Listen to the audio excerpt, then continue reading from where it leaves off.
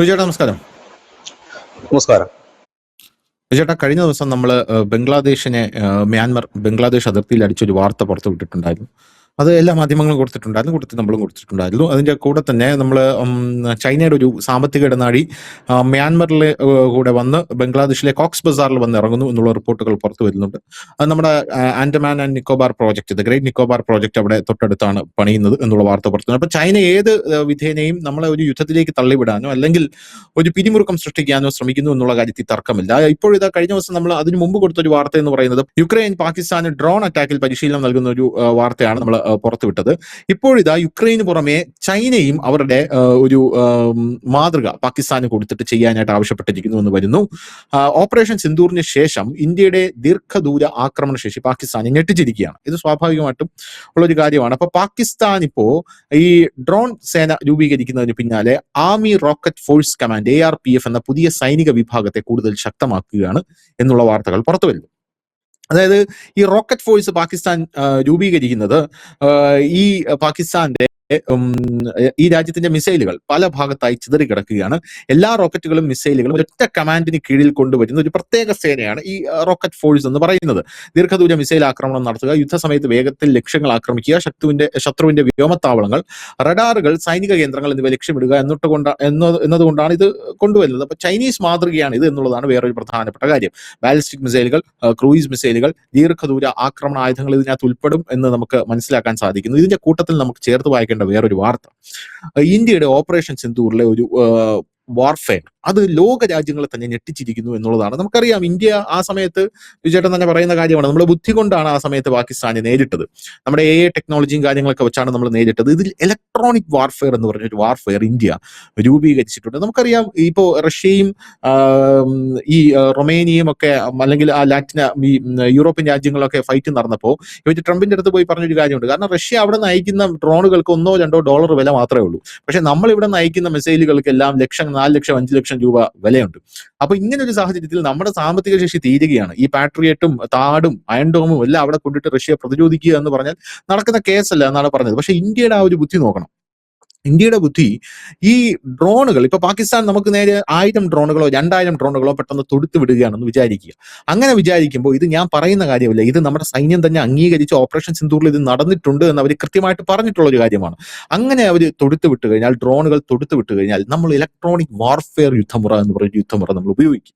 ആ യുദ്ധമുറ എന്ന് പറഞ്ഞു കഴിഞ്ഞാൽ ഈ ഡ്രോണിന്റെയും ഈ ഡ്രോണിന്റെ റിമോട്ടും തമ്മിലുള്ള സിഗ്നൽ കട്ടാക്കുക എന്നുള്ളതാണ്. സിഗ്നൽ കട്ടായി കഴിഞ്ഞാൽ ഈ ഡ്രോണിന് പിന്നീട് പറക്കാൻ സാധിക്കില്ല, അല്ലെങ്കിൽ ദിശ തെറ്റിപ്പോകും ഈ ഡ്രോണിന് എന്നുള്ളതാണ് ഇതിന്റെ പ്രധാനപ്പെട്ട ഒരു കാര്യം. അങ്ങനെയാണെങ്കിൽ നമുക്ക് ഈ ഡ്രോണിനെ മറ്റൊരു ഡ്രോൺ കൊണ്ട് നേരിടാതെ അല്ലെങ്കിൽ ഒരു മിസൈൽ കൊണ്ട് നേരിടാതെ വളരെ ഈസി ആയിട്ട് ഈ ഡ്രോണിനെ തകർക്കാനായിട്ട് സാധിക്കും, അല്ലെങ്കിൽ ഈ ഡ്രോണിനെ നിഷ്പ്രഭമാക്കാനായിട്ട് സാധിക്കും എന്നുള്ളതാണ് ഇലക്ട്രോണിക് വാർഫെയർ എന്ന് പറയുന്നത്. അപ്പൊ ഇന്ത്യയുടെ കയ്യിൽ ഇത്തരത്തിലുള്ള വാർഫെയർ ഒക്കെ പാകിസ്ഥാൻ എന്തിനു ലോകം പോലും ചിന്തിക്കാത്ത ഈ ഒരു വാർഫെയർ ഒക്കെ ഇന്ത്യ ആ സമയത്താണ് പുറത്തെടുക്കുന്നത്.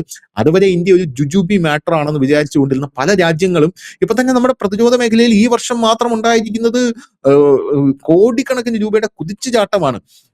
30,000 രൂപയുടെ ഒരു പ്രതിരോധ ഒരു ലെവലിലേക്ക്, അതിന്റെ കച്ചവടത്തിലേക്ക് മൊത്തം നമ്മുടെ മാർക്കറ്റ് 2027 എത്തുമെന്ന് വിചാരിച്ചിരുന്നെങ്കിലും ഇപ്പൊ തന്നെ 50,000 കോടി രൂപ കടന്നു എന്നാണ് നമുക്ക് മനസ്സിലാക്കാൻ സാധിക്കുന്നത്.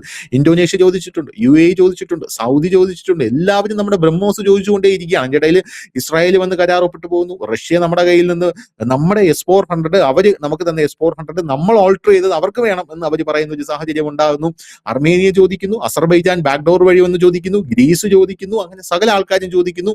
ഇവരെല്ലാം ഇത് ചോദിക്കുമ്പോൾ തുർക്കി വലിയ രീതിയിൽ ആശങ്ക പ്രകടിപ്പിക്കുന്നു. പോരാത്തതിന് തുർക്കി ഇപ്പൊ പറയുകയാണില്ല, നമ്മൾ പാകിസ്ഥാനെ വേണമെങ്കിൽ സഹായിക്കാതിരിക്കാം, ഞങ്ങൾ പാകിസ്ഥാനെ സഹായിക്കുന്നത് കൊണ്ടാണ് നിങ്ങൾ അവർക്ക് ആയുധം കൊടുക്കുന്നത്, നമ്മൾ വേണമെങ്കിൽ സഹായിക്കാം എന്ന് പറയുന്ന ഒരു സാഹചര്യം ഉണ്ടാകുന്നു. അതിനിടയിലാണ് അപ്പൊ ഇന്ത്യ ഏത് രീതിയിലാണ് വളർന്നത് എന്ന് ഈ പാകിസ്ഥാൻ എന്ന് പറയുന്ന ഈ രാജ്യത്തിന് മനസ്സിലാവാതെ പോയി. ഇനി നമ്മളൊരു സംഹാര രൂപം എടുക്കും. ഇത് വേറൊരു കാര്യം നമ്മുടെ പ്രേക്ഷകരോട് പറയാനുള്ളത്, ഇവരൊക്കെ ചില ആൾക്കാർ പറയുന്നുണ്ട്, നിങ്ങൾ ഈ രഹസ്യങ്ങളൊന്നും പുറത്തുവിടരുത്, ഇന്ത്യയിൽ ഈ ഇലക്ട്രോണിക് വാർഫെയർ ഒക്കെ പുറത്തുവിട്ട് കഴിഞ്ഞാൽ ശത്രു അത് അറിയില്ലേ. ഇതൊക്കെ വാർത്തകളായിട്ട് വരുന്ന സംഭവങ്ങളാണ്. ഇത് തരുന്നുണ്ടെങ്കിൽ, നമ്മുടെ സൈന്യം വാർത്തകളായിട്ട് ഇത് നമുക്ക് തരുന്നുണ്ടെങ്കിൽ അവരുടെ ആ ഒരു ബാക്കപ്പ് പ്ലാൻ എത്രത്തോളം വലുതായിരിക്കുമെന്ന് നമ്മൾ ജസ്റ്റ് ഒന്ന് ചിന്തിച്ചു നോക്കണം. സ്വാഭാവികമായിട്ട് അവർക്കറിയാമല്ലോ, വാർത്ത വരുമ്പോൾ പാകിസ്ഥാൻ ഇത് അറിയും. അപ്പോ പാകിസ്ഥാൻ ഇത് അറിയണം.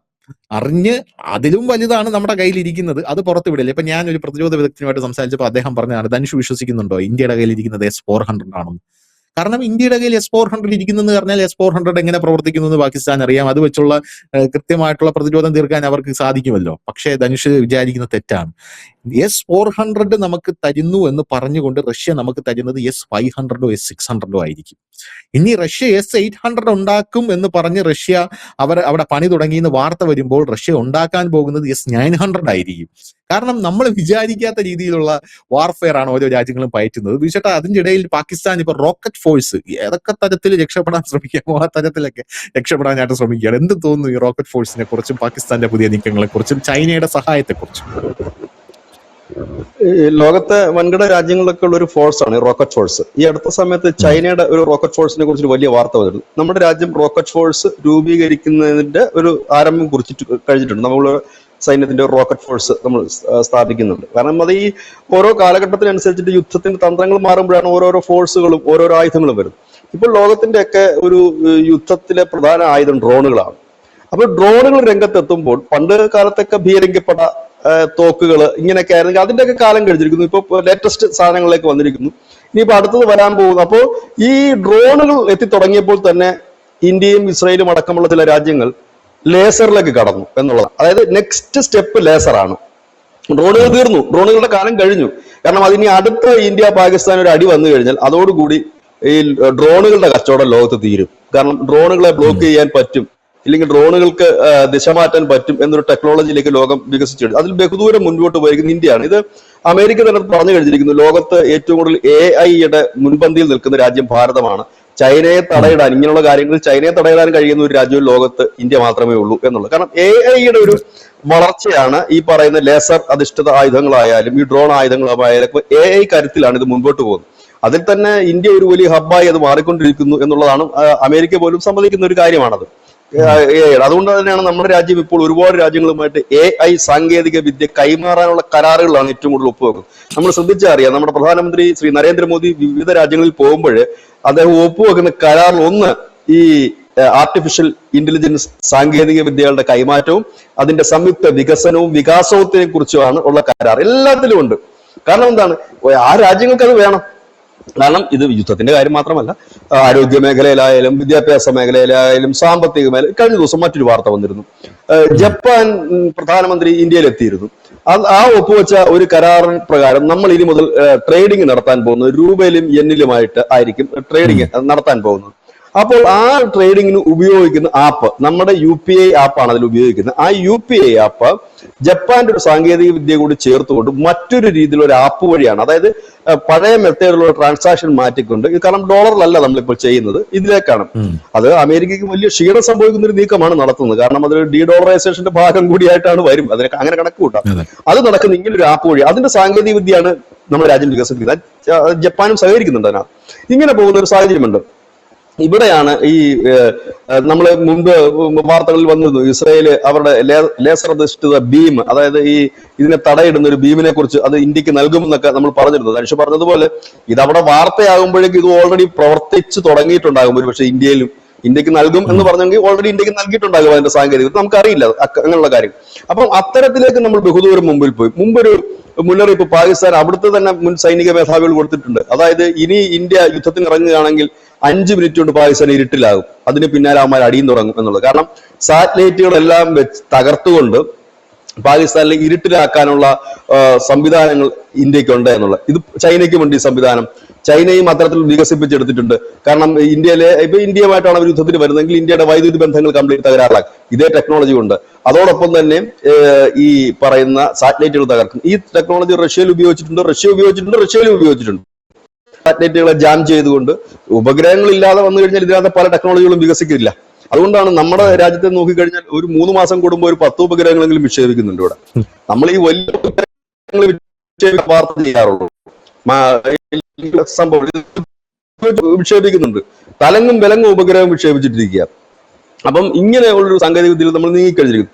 ഈ ഒരു സാഹചര്യത്തിലാണ് പാകിസ്ഥാൻ ധൃതി പിടിച്ചപ്പോൾ, ഇപ്പൊ എല്ലാ രാജ്യങ്ങളും ധൃതി പിടിച്ചാണ്. കാരണം ഇന്ത്യ ഇപ്പോൾ ധൃതി പിടിച്ച് കൂടുതൽ ആയുധങ്ങൾ വാങ്ങിക്കൂട്ടുന്നതിനെ കുറിച്ച് ലോക മാധ്യമങ്ങൾ ഇപ്പോൾ ചർച്ച ചെയ്യാൻ ആരംഭിച്ചിരിക്കുകയാണ്. എന്തിനാണ് ഇന്ത്യ ഈ ധൃതി പിടിച്ച് ഇത് വാങ്ങിക്കൂട്ടുന്നത്? കാരണം നമ്മുടെ തദ്ദേശീയമായി നിർമ്മിക്കുന്ന ആയുധങ്ങൾക്കാണ് നമ്മൾ ഏറ്റവും കൂടുതൽ മുൻഗണന കൊടുക്കുന്നത്. അത് തന്നെ നമ്മളിപ്പോൾ ഒരുപാട് കോടിക്കണക്കിന് രൂപയുടെ ഓർഡർ ഇന്നലെ മിനിഞ്ഞാന്നും ഒക്കെ ആയിട്ട് കൊടുത്തു കഴിഞ്ഞിരിക്കുന്നു.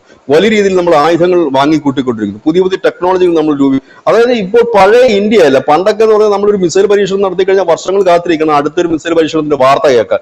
ഇത് എനിക്ക് തോന്നുന്നു ഒരു മാസത്തിൽ 1-2 ഈ മിസൈൽ പരീക്ഷണങ്ങളുടെ വാർത്ത ഇപ്പൊ പുറത്തു വരുന്നത്. സത്യത്തിൽ ഇപ്പോൾ അത് പ്രേക്ഷകർക്ക് പോലും വലിയ താല്പര്യമില്ലാത്ത വാർത്തയായി മാറി. കാരണം ഇത് സ്ഥിരം വന്നുകൊണ്ടിരിക്കുകയല്ലേ. മുമ്പ് വല്ലപ്പോഴും ഒക്കെ ഒരു മിസൈൽ പരീക്ഷണം നടത്തുന്നത് വലിയ ഇപ്പൊ നോട്ടാൻ പ്രഖ്യാപിച്ചിട്ടുണ്ട്. വീണ്ടും രാജസ്ഥാന്റെയും ഗുജറാത്തിന്റെ അതിർത്തിയിൽ ഇന്ത്യ നോട്ടാൻ പ്രഖ്യാപിച്ചിരിക്കുന്നു. അടുത്ത വ്യോമാഭ്യാസം തുടങ്ങുക. അതായത് ഒരു റെസ്റ്റ് ഇല്ലാതെ റെസ്റ്റ് ലെസ് ആയിട്ട് നമ്മുടെ സൈന്യം മുമ്പോട്ട് പോകുന്നു എന്നുള്ളതാണ്. മുമ്പൊക്കെ എന്ന് പറയുന്നത് നമ്മുടെ ഒരു സൈനികാഭ്യാസത്തിന്റെ വാർത്ത കാണണമെങ്കിൽ നമ്മൾ വർഷങ്ങളോളം പതിറ്റാണ്ടുകളോളം നമ്മൾ കാത്തിരിക്കും. മാത്രമല്ലല്ലോ, നമ്മുടെ ഇപ്പൊ ന്യൂസ് ഇന്ത്യ മലയാളത്തിൽ എല്ലാ ദിവസവും ഒരു സ്ലോട്ട് ഞോട്ടാൻ പ്രഖ്യാപിച്ചു കഴിഞ്ഞാൽ പിന്നെ രണ്ടാമത് ഇപ്പൊ മാസത്തിൽ ഒരു ദിവസമെങ്കിലും എവിടെയെങ്കിലും മോക്ക് ഡ്രില്ല് കാണാനായിട്ട് സാധിക്കുന്നുണ്ട്.